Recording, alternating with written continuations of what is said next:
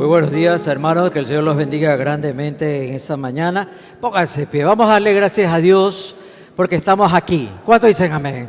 Porque podemos alabar su nombre, porque podemos levantar las manos con libertad y porque sobre todo estamos en sus manos. ¿Cuántos lo creen esta mañana?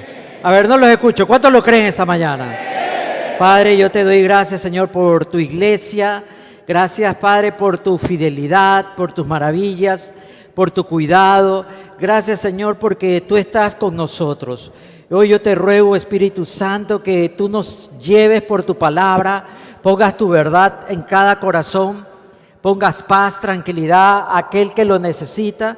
Hoy día también sanidad, milagros para todo aquel que lo está invocando y también sustento, Señor, de trabajo para aquella familia que te lo ha pedido.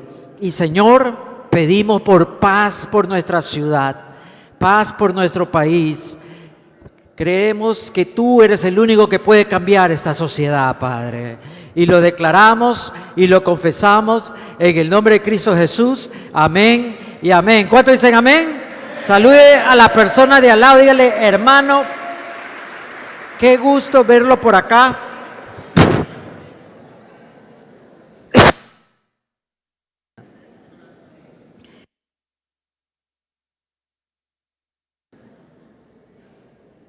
Tomen asiento, por favor. ¿Cuántos están felices de estar aquí en la casa del Señor? ¿Cuántos han sido testigos de la fidelidad de Dios esta semana? A ver, quiero ver las manos. ¿Oraciones respondidas esta semana? ¿Dios se mueve en su pueblo, sí o no? Bueno, qué bueno estar. Yo la semana pasada estuve en una ciudad muy hermosa. ¿Cuánta gente de aquí es de la SUAY? A ver, ¿gente de la SUAY? Por aquí hay uno. En Cuenca, tranquilo, una ciudad muy bonita. Guayaquil también es bonito, ¿sí o no? Tiene el mejor equipo del mundo, ¿sí o no? También tiene el mejor equipo de la clase B, ¿sí o no? También. Bueno, hoy día quiero hablarles de una porción de la Escritura que se encuentra en uno de los libros más organizados, más desarrollados del Nuevo Testamento. Y este escritor, que todos lo conocemos, el apóstol Pablo, nos da unas verdades que son fundamentales para lo que va a ser el estudio de la doctrina cristiana. Todas las personas humanas, sin importar procedencia o nacionalidad, son pecadores, no pueden tener una relación con Dios. También Dios en su justicia, cómo trata con el pecado, y nuestra fe es respuesta a esa obra, a la obra de la cruz. Y también cómo podemos obtener el acceso al poder que mora en nosotros prometido.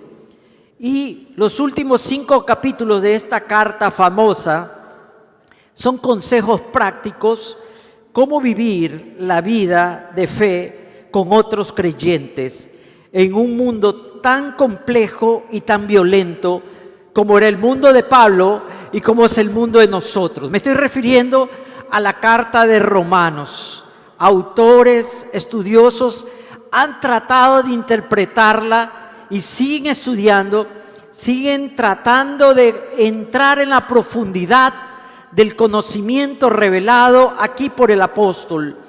¿Y qué fueron los motivos que llevó al apóstol a escribir tan importante mensaje en los años 56 y 60 después de Cristo, en plena persecución? Tienen que tomar en cuenta en el contexto histórico de esta carta. La iglesia no tenía la Biblia como usted y como yo. La iglesia tenía cartas que llegaban y la gran mayoría, las primeras cartas que comenzaron a escribir fueron las de Pablo.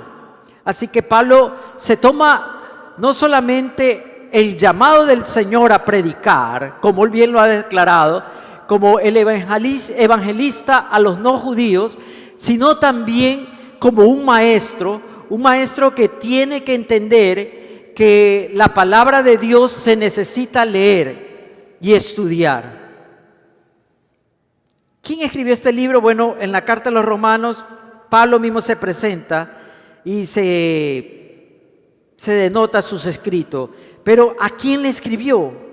A todas esas personas no judías y judías residentes en la capital del mundo, como se conocía, a Roma. Y aquí otra vez ese mensaje tan importante, que no hay esfera social que no necesite conocer la palabra de Dios, porque hoy día en este mundo progresista que nos tratan de manipular y nos tratan de callar nuestra voz, nos hacen ver como que el evangelio y la palabra de Dios es cosa de ignorantes, como que las personas no necesitan leer este libro porque es un libro muy ortodoxo, es un libro muy tradicionalista de historias de un pueblo antiguo que no tiene aplicación en la vida de hoy. Pero Pablo nos enseña que incluso en la majestad, en el despilfarro, en la anarquía moral e inmoralidad, mejor dicho, de Roma, tenían que escuchar el mensaje de la palabra de Dios. Probablemente en el tiempo de Pablo había más de 1 millón de personas viviendo en esa ciudad. O sea que era una ciudad cosmopolita, llena de muchas personas que eran parte de este imperio conquistado a la fuerza, y ahí estaban sus delegaciones, estaban las personas. Así que Pablo se toma el tiempo de animar a los creyentes, a los nuevos creyentes en Cristo Jesús, para que alcancen esa madurez en medio de la persecución, alcancen la fortaleza en medio de la debilidad y tratar de llevarlos a la unidad en Cristo Jesús. El libro de los Romanos se lo conoce como el libro de las preguntas, porque es como un tratado judicial a usanza de los tiempos antiguos. Acuérdense que el apóstol era un hombre docto, era un hombre erudito, y él conocía mucho de las leyes y la manera de expresar. Hablaba muy bien el latín, el griego, el hebreo y tal vez otros dialectos como el arameo. Así que Pablo utiliza el libro de los Romanos como un tratado jurídico digno de su época y hace aseveraciones en forma de preguntas retóricas, porque él mismo da la respuesta. Y hay una pregunta que seguramente nos ha estado golpeando estos días.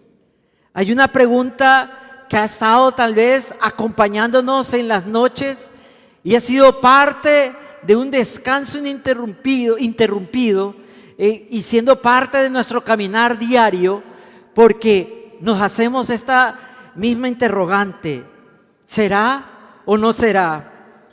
Y aquí quiero ir a este famoso capítulo que es muy amado por la iglesia, el capítulo 8, en los versos 31 al 39. En esos 9 versos, Pablo hace una recopilación de no tener miedo, de tener paz, de estar tranquilo, de esperar, pero no esperar sin esperanza, de esperar con fe, de que la obra de Dios se mantiene, que la palabra de Dios se mantiene, que la promesa de Dios está con nosotros, en usted, en mí, en mi familia. Y sabe una cosa más grande en estos 9 versos del capítulo 8, 31, 39, una gran confirmación y afirmación: el Señor está con su pueblo. ¿Cuántos dicen amén, hermano?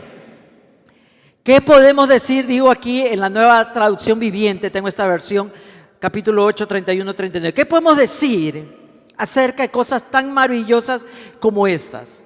La exposición de esta pregunta amerita una respuesta urgente. Si Dios está a favor de nosotros, ¿quién podrá ponerse en nuestra contra?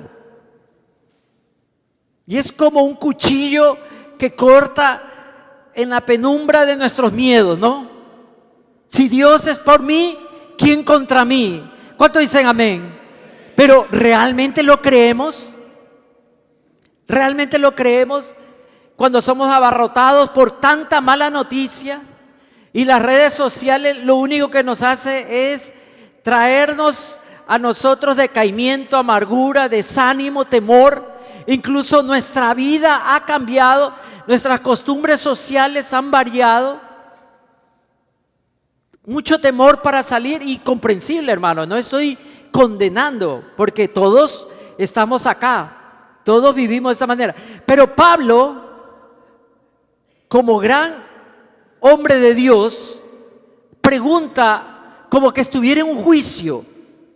Y él, en este arranque de énfasis y de acento, mirando a un auditorio como el que tengo a ustedes, imaginario por supuesto para Pablo, les hace esta gran pregunta a los oyentes, a los lectores de esta carta tan importante en un mundo tan violento como era el mundo romano y como es el mundo de nuestra patria, que sangra por la violencia. ¿Qué diremos?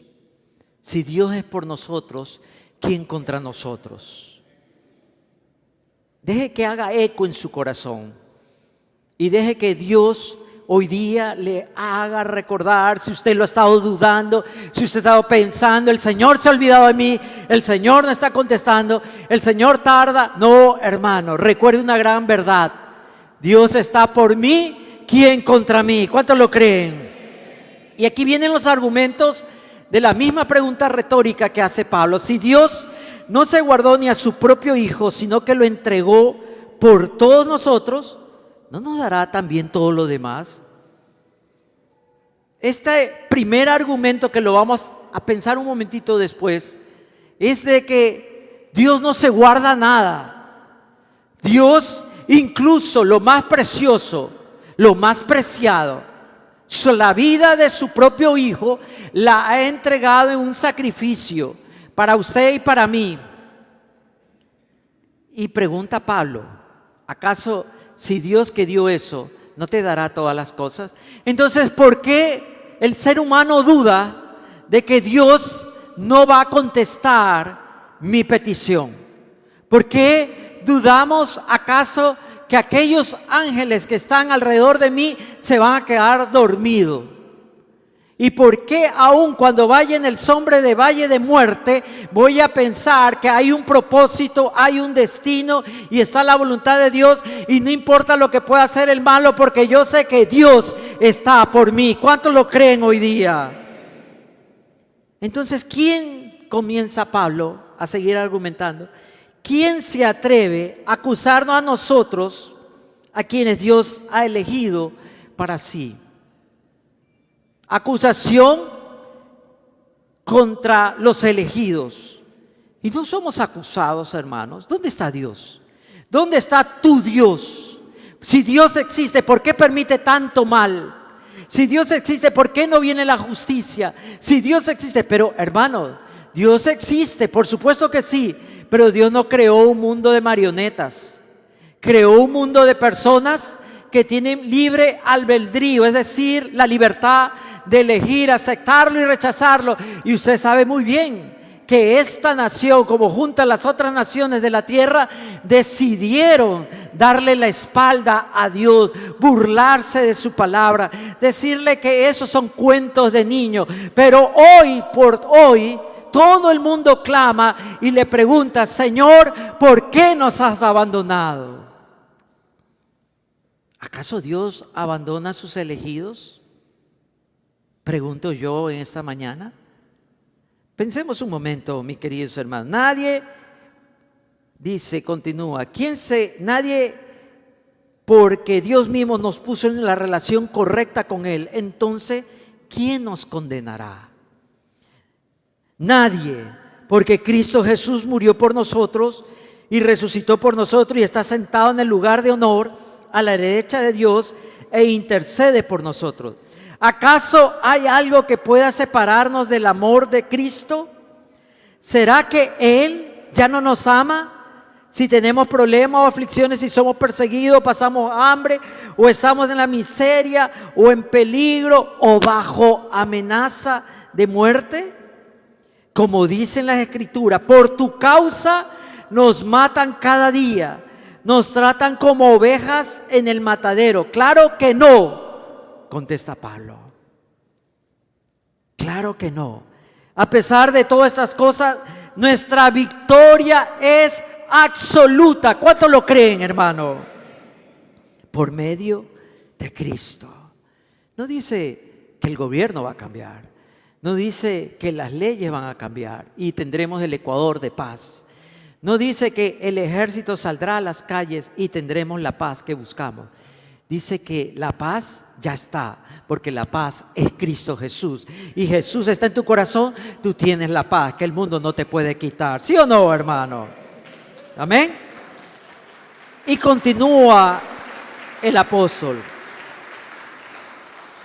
Y estoy convencido. Aquí hay una palabra en el griego muy importante porque es un énfasis de no solamente de sapiencia, no solamente de saberlo, sino haberlo experimentado, de praxis, de la práctica. Y estoy convencido. ¿Quién es el que habla? Bueno, nuestro interlocutor es un hombre experimentado en quebranto, como tomando un poco la palabra de Isaías 51, ¿no? Experimentado en quebranto. Es un hombre que ha sido perseguido, apedreado, dado por muerto, naufragio, abandonado, traicionado, encarcelado, apaleado. Estoy convencido de que nada podrá jamás separarnos del amor de Dios. Pablo está convencido. La gran pregunta en esta mañana, ¿usted está convencido? ¿Yo estoy convencido? ¿Vive mi vida convencido de que no hay nada que me pueda separar del precioso amor de Cristo Jesús? Porque si yo estoy convencido de esta verdad, mi vida exige una respuesta a esa verdad. Mis decisiones, mis pasos van a atestiguar y van a hablar de que estoy convencido de que nadie me va a arrancar de ese amor, ni la muerte, ni la vida, ni ángeles, ni demonios, ni nuestros temores de hoy, dice esta versión, ni los temores de hoy, ni nuestras preocupaciones de mañana, porque mañana hay preocupaciones, ni siquiera los poderes del infierno pueden separarnos del amor de Dios. Ningún poder en la altura ni en las profundidades. De hecho, nada en toda la creación podrá jamás separarnos del amor de Dios que está revelado en Cristo Jesús, nuestro Señor. ¿Cuánto lo creen, hermano? Así que termina Pablo en la exposición de su caso, en la defensa de su caso, en la conclusión de su caso, y usted y yo podríamos decir, ganó el caso. ¿Cuántos dicen amén, hermano? Pablo escribe mucho sobre el miedo, porque él entiende que es parte de la naturaleza humana. Pablo pone el temor como algo que no debemos esconderlo, que no debemos negarlo.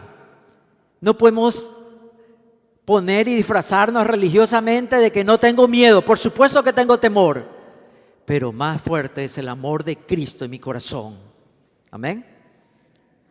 Incluso Pablo en 1 Corintios 16:13 le pide a los corintios que vigilen, observen, estén firmes en la fe, sean valientes y fuertes, porque sabe que el desafío a nuestra fe siempre vendrá y nos retará.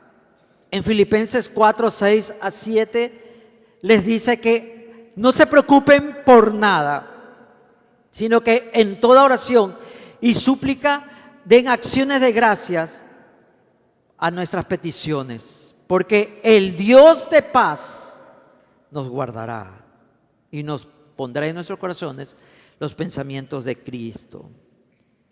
No debemos tener miedo, porque el argumento en Romanos es: Dios está con nosotros. ¿Quién está con nosotros? Hoy día nos damos cuenta, hermanos, y no lo podemos negar, que nuestras fuerzas públicas se sienten inferiores ante la agresividad de los grupos y las bandas, porque parece que son invencibles. Se sienten vulnerables y usted y yo nos ponemos a pensar, claro, ese servidor público es un padre, es una madre, es un hijo, y claro, tal vez a él la pase, pero ¿y su familia? Y entonces viene el temor. Y si ellos se sienten así, más aún la población. Pero Pablo les dice a sus oyentes que eran carne de león en el circo romano, a sus creyentes que eran perseguidos, lapidados, quemados vivos, arrebatados todas sus pertenencias: no tengan temor, Dios está por nosotros. ¿Cómo hacemos que esa verdad traiga a nosotros esperanza? Es cuando usted entiende y comprende que Dios está aquí con su pueblo y para su pueblo. Cuando nosotros terminamos de leer esto, nos queda esa sensación: Señor, tú nunca me abandonarás.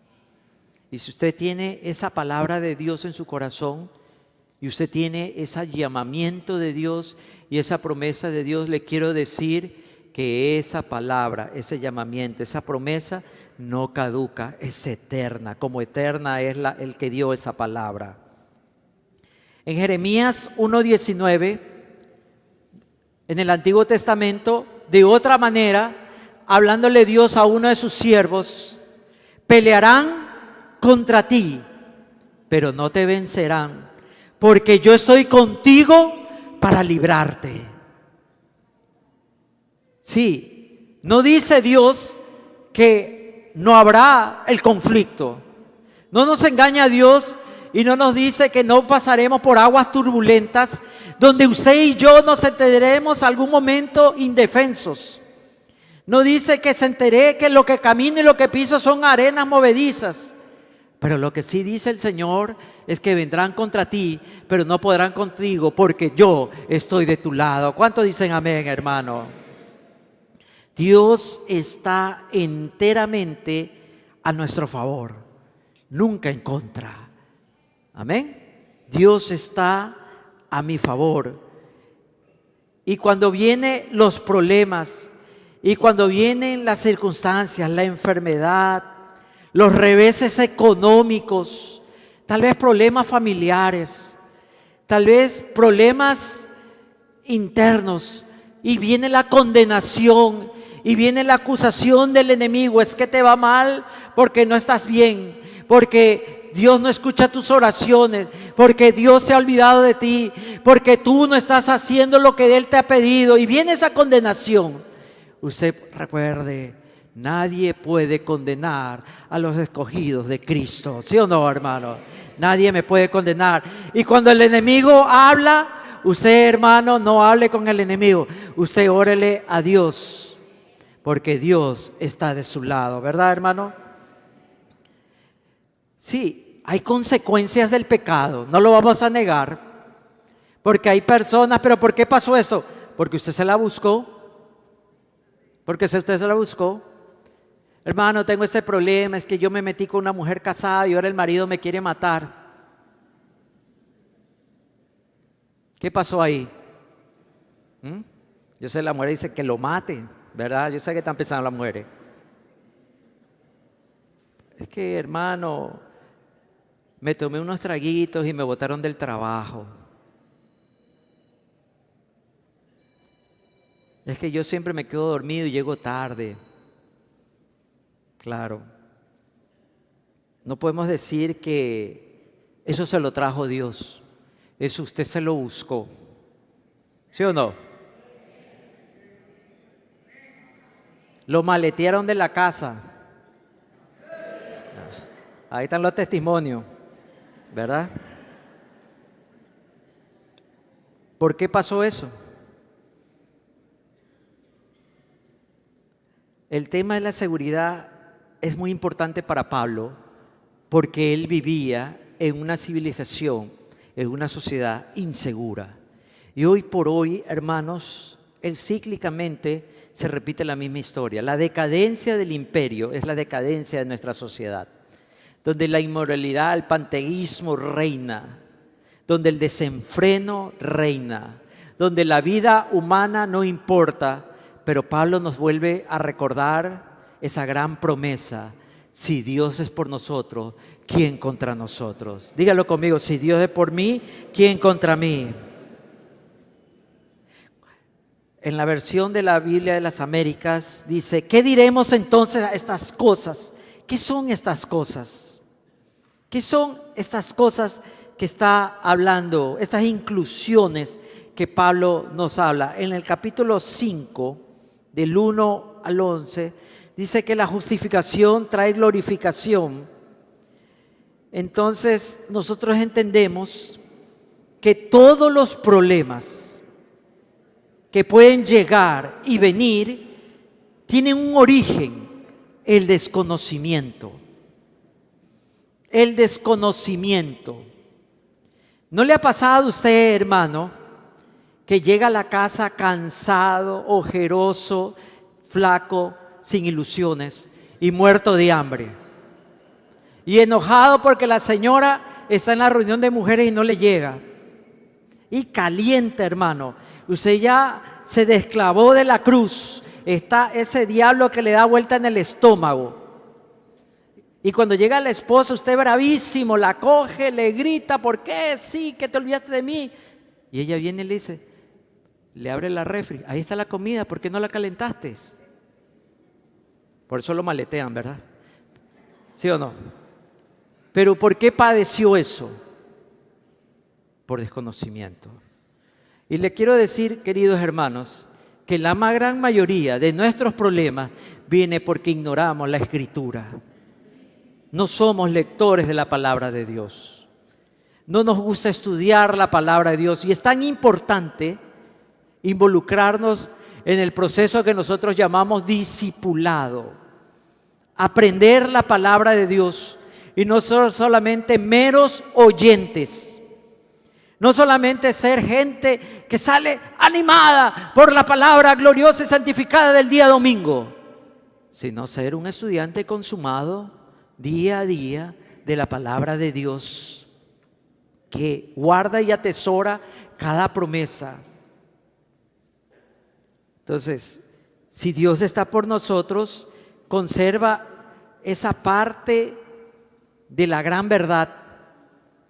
En todas estas cosas, tú sabes quiénes son el Señor de todas las cosas, y tú sabes dónde Dios va a estar y cómo Dios te va a guardar y cuáles de esas promesas.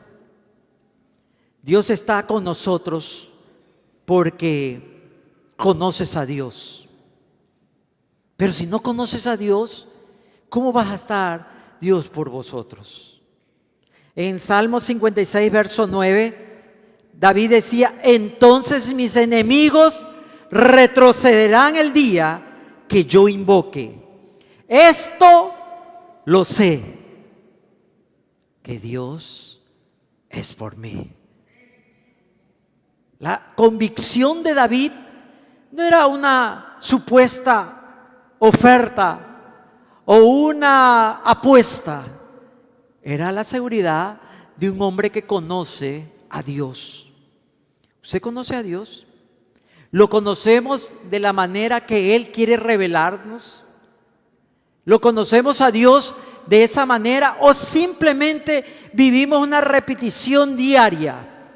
Porque hoy es tan difícil, hermanos, a través de las redes sociales conocerlo a Dios, porque las redes sociales no están llenas de la palabra de Dios, en su gran mayoría, con sus, por supuestas, honorables excepciones, sino con gente que quiere expresar sus emociones, sus pensamientos, sus sensaciones, porque para eso son las redes sociales. Las redes sociales no son nuestro instructivo, no son nuestra preparación, no son nuestro discipulado. Las canciones tampoco, hermano, porque hay muchas canciones tan lejanas a la palabra de Dios. Entonces, ¿dónde está mi fortaleza? ¿Dónde está el descubrimiento de quién es Dios? ¿Cómo sé yo que yo puedo decir como el rey David, esto lo sé, que Dios está por mí? Cuando conozco su palabra. ¿Qué pues diremos a esto? Lo dice un hombre que ha escrito 7 capítulos hablando del amor de Dios, de la justificación de Dios, de la condenación del mundo, también de la elección de Dios. ¿Qué pues diremos? Hoy día, lamentablemente, mucha de la iglesia no tiene nada que decirle al mundo, sino que es parte de la mayoría atemorizada, de la mayoría silenciosa de las redes. ¿Dónde están nuestros testimonios? ¿Dónde están nuestras oraciones? ¿Dónde está nuestra experiencia en las redes? Hermano, yo los animo. Usted tiene grupos de WhatsApp, usted tiene su Instagram, su TikTok, usted tiene su mentor chino, tiene tantas cosas. Escriba. Pero no me escriba, hermano, que hoy día está tomando y le toma una foto al chablofán de 7 ángulos. No, hermano, escríbale, yo vivo porque Cristo vive en mí y me voy a levantar, estoy caído, pero Dios me sostiene. Y sabe una cosa, en medio de la oscuridad sigo brillando porque Jesús es mi luz. ¿Cuántos dicen amén, hermano? La intención es que los oponentes, los enemigos, no pueden con un testimonio triunfante de la fidelidad de Dios y de su gloria. No pueden, hermano.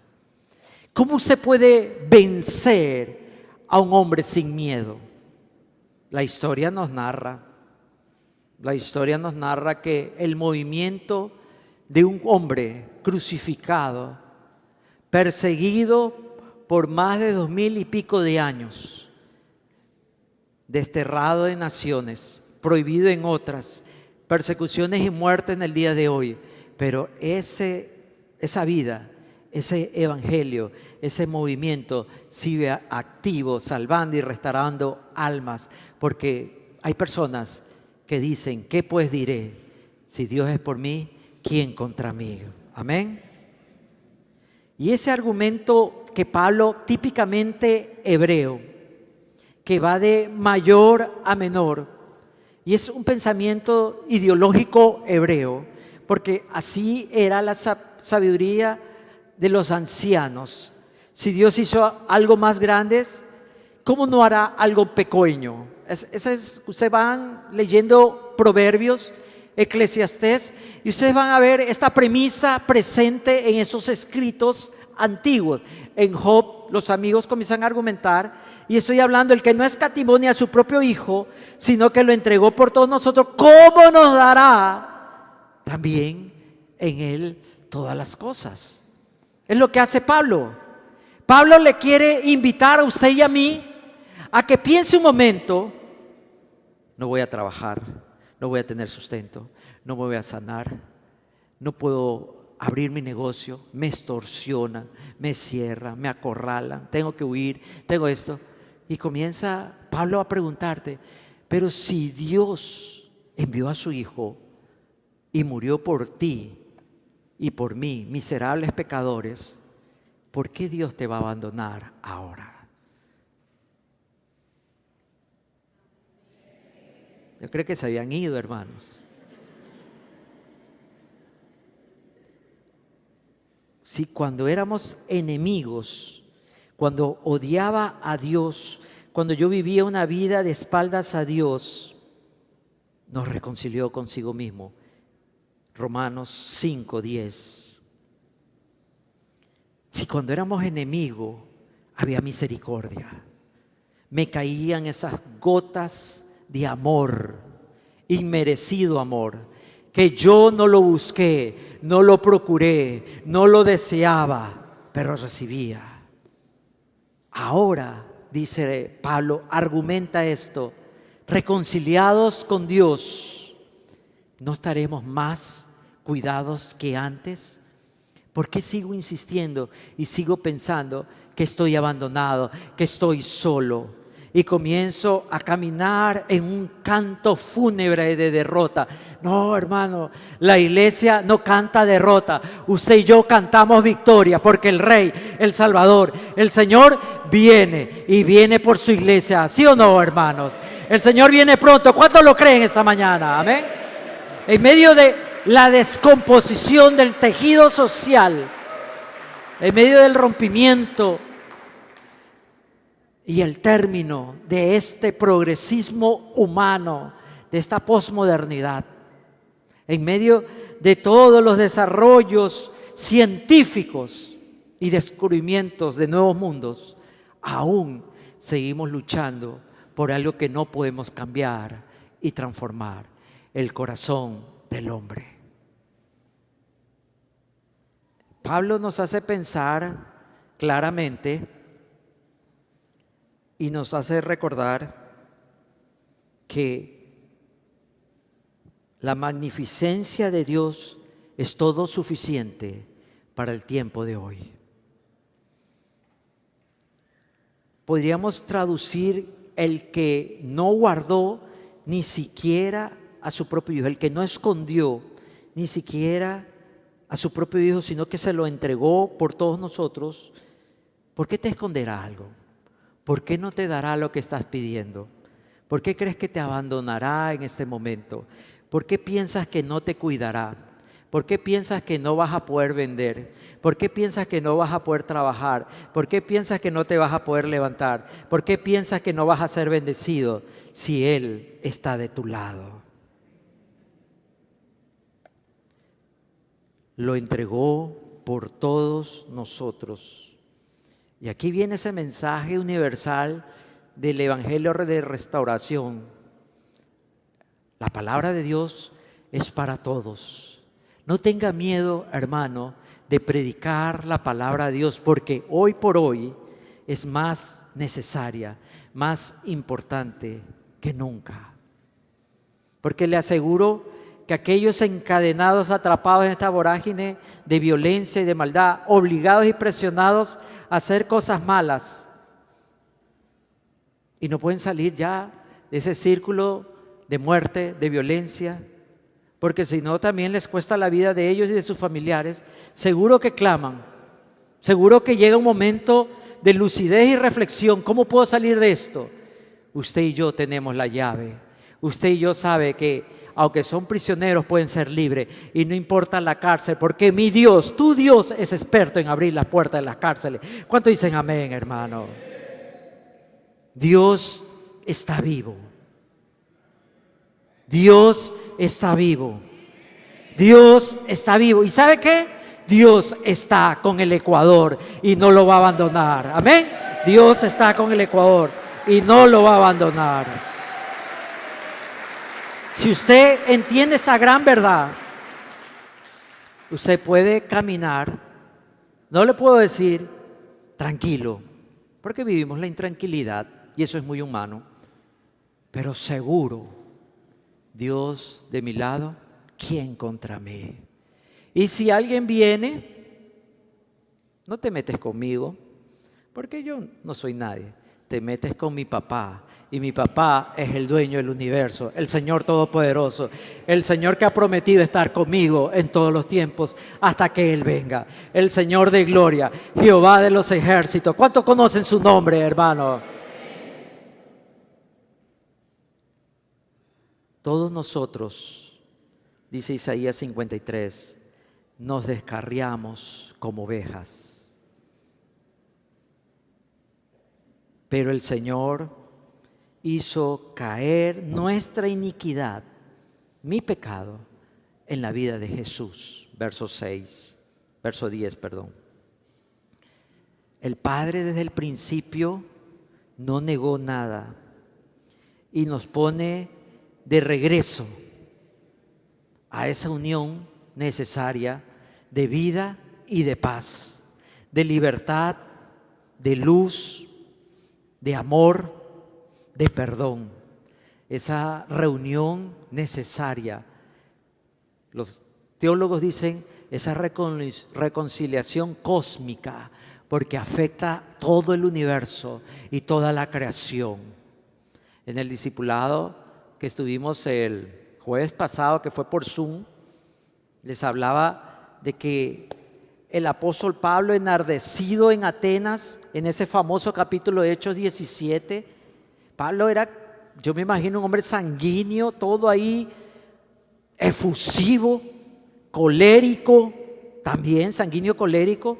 Era un líder y estaba tan enojado con la idolatría de ellos, pero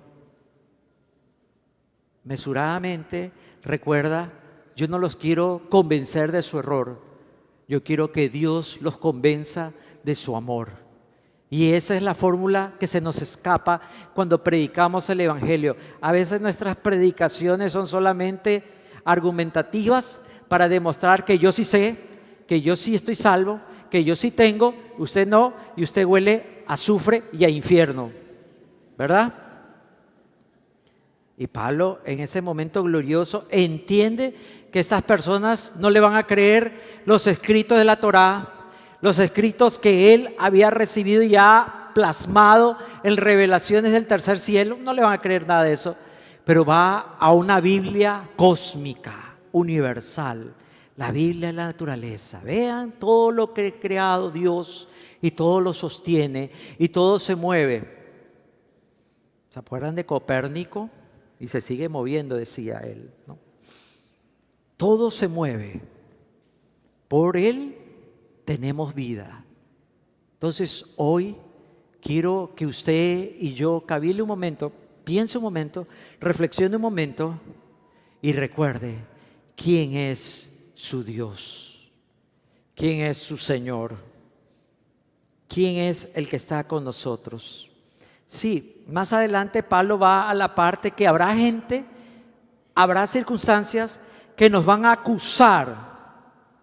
Presentar cargos es el original.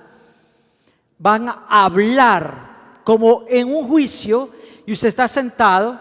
No sé si usted alguna vez lo han demandado. A mí sí me demandaron una vez por la iglesia. Y en esa demanda, como yo era el representante legal, vino unos testigos más truchos, más hablando cosas que no eran, y decían sí, este acá. Y uno se siente, porque uno no puede hablar. En nuestras leyes el testigo no puede hablar. Solo cuando el juez le pregunta, habla el abogado. Y claro, yo ya sentía ese gusanito, ese bicho guayaco, ¿no? Yo estaba mirando para abajo, ¿dónde hay un palo con un clavo para bendecir a este pobre siervo y voy a conocer a su creador? Entonces lo mismo es acá. Acá está hablando que te ponen en un banquillo y la gente viene a hablar. Tú sabes que ella no ora. Tú sabes que ella es infiel. Tú sabes que él es un cobarde. Tú no sabes lo que él tiene en su computador y está mirando todas las noches. Tú no sabes que él no se compromete a nada. Que él es solamente de familia Miranda. Entra, mira y se va de la iglesia. ¿Hay alguien así aquí en esta iglesia? No, ¿verdad? Estoy hablando de otras personas, ¿verdad? Entonces aquí dice Pablo, ¿quién presentará? ¿Quién va a hablar? ¿Quién va a tener un cargo? ¿Quién tendrá una acusación? A los que Dios elige. Y es porque hay algo glorioso. Es algo glorioso que Dios ha hecho contigo y conmigo. Terminó mi pasado. Yo no tengo pasado, solo tengo un presente y un futuro en Cristo Jesús. Y cuando viene el enemigo, bla, bla, bla, contra él, Dios le dice, pero eso era antes. Hoy Él está conmigo. Y lo que es con Él es conmigo. Y si tú quieres algo contra Él, te metes conmigo. ¿Cuántos lo saben esta mañana, verdad? Amén. ¿Quién? Por eso Pablo utiliza otra vez la palabra, ¿quién contenderá? Palabra de leyes, ¿no? De juicio. ¿Quién nos demandará? ¿Quién nos acusará? ¿Quién tiene una prueba contra mí? Que se acerque a mí. He aquí el Señor Dios me ayuda. ¿Quién es el que me condena? He aquí, todos se desgastarán como un vestido, la polilla se los comerá. Isaías 58, 9. En gran manera me gozaré en Jehová, mi alma se regocijará en mi Dios, porque me vistió con vestiduras de salvación, me rodeó con manto de justicia, como a novio me atavió con guirnalda y como a novia se atavió con sus joyas. Isaías 61. Pablo estaba deliberadamente hablando de ese cambio de vestidura, de ese cambio de vida, de ese cambio de muerte, ese cambio de derrota. Está hablando de que nadie te puede acusar hoy porque Dios está por ti. Nadie puede ir contra ti porque Dios está con nosotros. ¿Quién es el que nos pueda condenar si Jesús tomó mi lugar? ¿Cómo me va a condenar Dios? ¿Cómo me va a condenar el enemigo? ¿Cómo me va a condenar la gente si es Dios el que me justifica? Recuerden que uno de los propósitos del libro de los Hechos de los Apóstoles, el escritor cercano amigo de Pablo, Lucas el doctor, escribe estos escritos y estas historias porque hay un cuestionamiento muy fuerte, muy profundo en la iglesia del primer siglo, en la iglesia naciente del primer siglo, acerca de la autoridad de Pablo. Y ustedes van a leer que a lo largo de las epístolas del apóstol Pablo, siempre él está defendiendo su derecho. Ya en las últimas ya ni le interesa.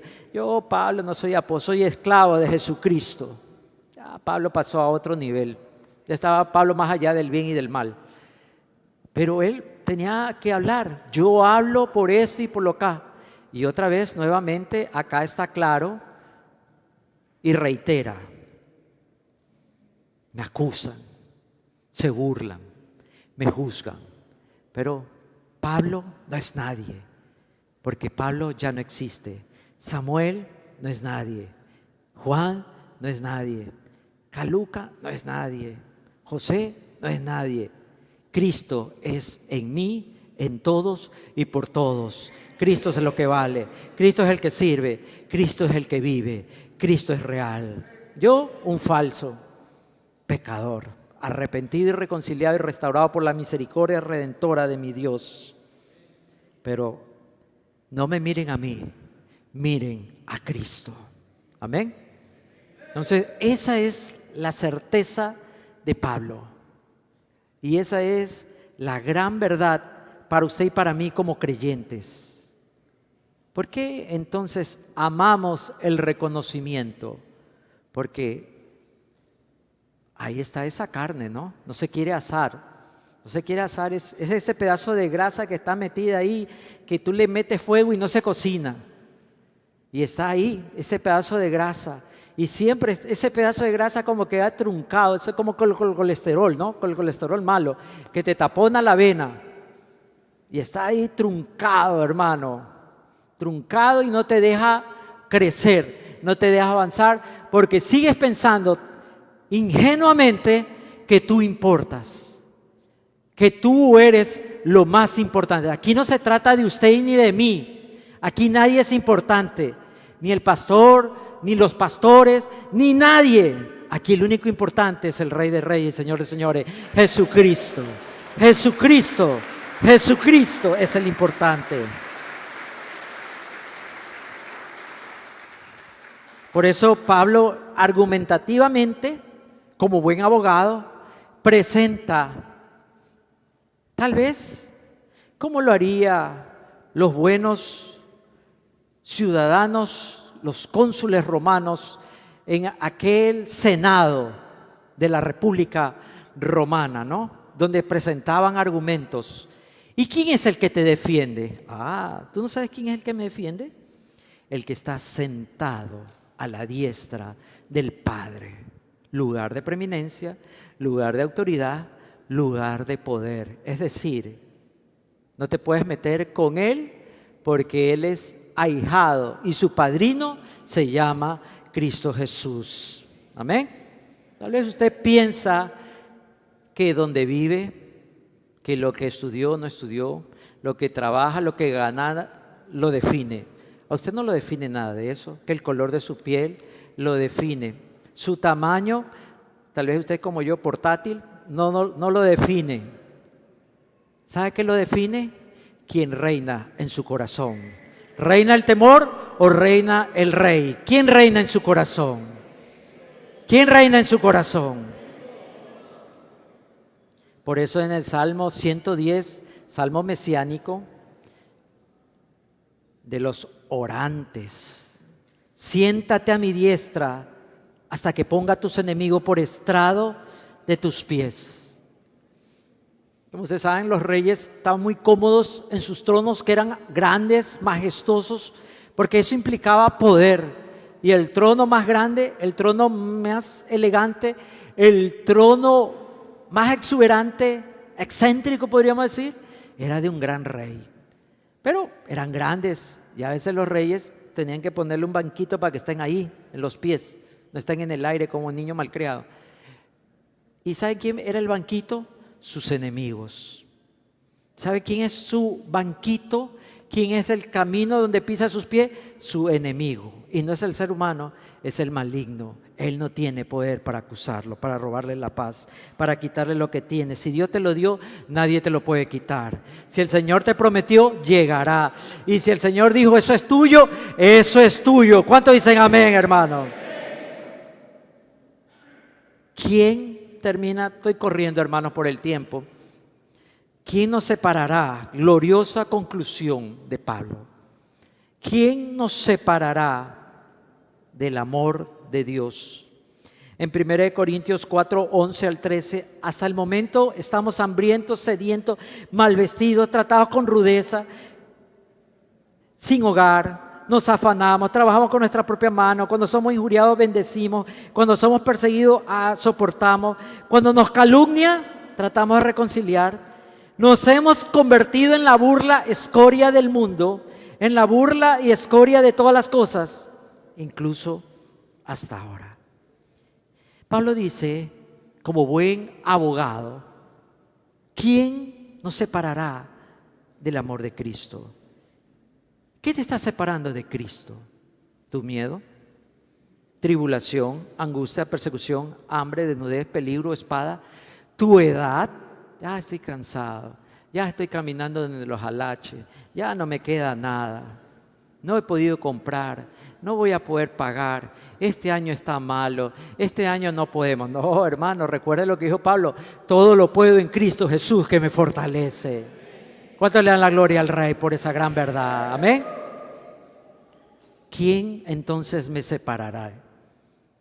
¿Quién me separará? ¿Los lobos? Nadie dice nada, ¿no? Un escozor frío le llegó en la espalda, ¿no? Los choneros, su equipo se va a la B, se va usted también. ¿Quién lo separará del amor de Dios? ¿Sabe quién lo puede separar del amor de Dios? Jesús. Nadie, nadie, porque Jesús está de su lado, hermano. Cuando Pablo habla de tribulación, habla de presión. Algún momento les hablé de que esa presión es como ese vapor encerrado en un lugar y le meten más leña, más leña. Esa es la idea de presión. Entonces la presión o lo empuja para hacer algo o lo destruye. Si la presión no se dirige hacia algo y se queda encerrada, como a veces lamentablemente la dejamos, nos va a destruir, nos va a reventar. Por supuesto, una caldera que no tiene desfogue va a reventarse. No voy a decir más del capo, se me ocurrió, pero no lo voy a decir, hermano. Una caldera que no tiene desfogue, ¿qué va a pasar? Traerá angustia, persecución, hambre, desnudez, peligro, espada. Todo eso lo conocía Pablo, lo había vivido, lo había sufrido. Estaba quedándose ciego, dicen algunos. estaba su cuerpo deformándose por la enfermedad, escoliasis o alguna cosa de esa, sufría de convulsiones. Por supuesto que Pablo sabía de desnudez, había padecido hambre, había pedido, todos me han abandonado, nadie se acuerda de mí. Estaba encerrado, encadenado, aún junto a un soldado en la cárcel. Por supuesto que Pablo sabía de eso, pero Pablo sabía de algo más. Dios estaba de su lado. ¿Usted lo sabe? ¿Usted lo conoce? Póngase de pie, por favor, para terminar esta mañana. ¿Usted sabe quién está de su lado?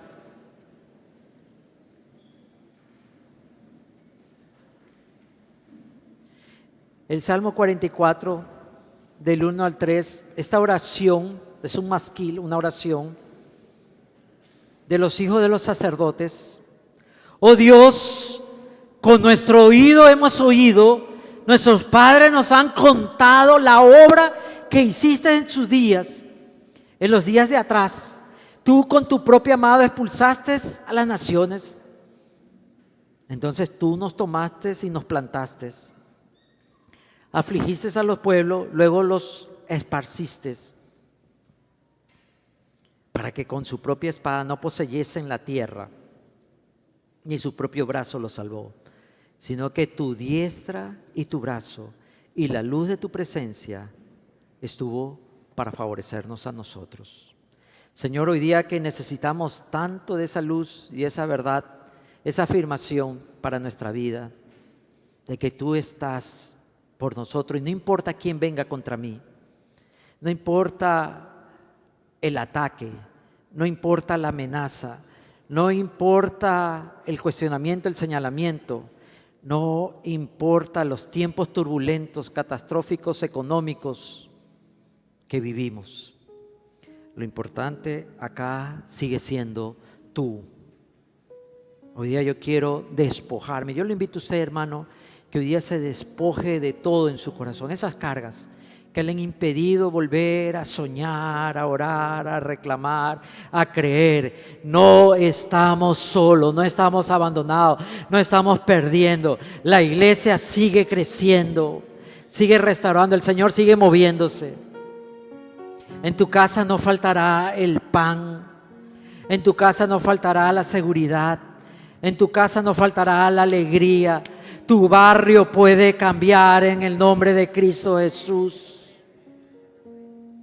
Mis calles no serán calles de temores, pavimentadas de queja, sino serán calles de alabanza, de libertad. Señor, hoy día nos volvemos a ti con lo único que tenemos, tu nombre, Padre. Si Dios es por mí, ¿quién contra mí? Si usted ha venido por primera vez y nunca ha hecho esta oración, dígale: Señor Jesús, te necesito. Yo no te conocía, no había rendido mi corazón a ti, pero hoy te quiero seguir, hoy quiero servirte, hoy quiero entregarme. Desde hoy quiero ser tu discípulo. En el nombre de Cristo te lo pido. Amén y amén. Si usted ha hecho esta oración, no se vaya. Queremos guiarlo al nuevo camino, a la nueva vida en Cristo Jesús. Que el Señor lo bendiga grandemente. Vamos a alabar a Dios. Amén.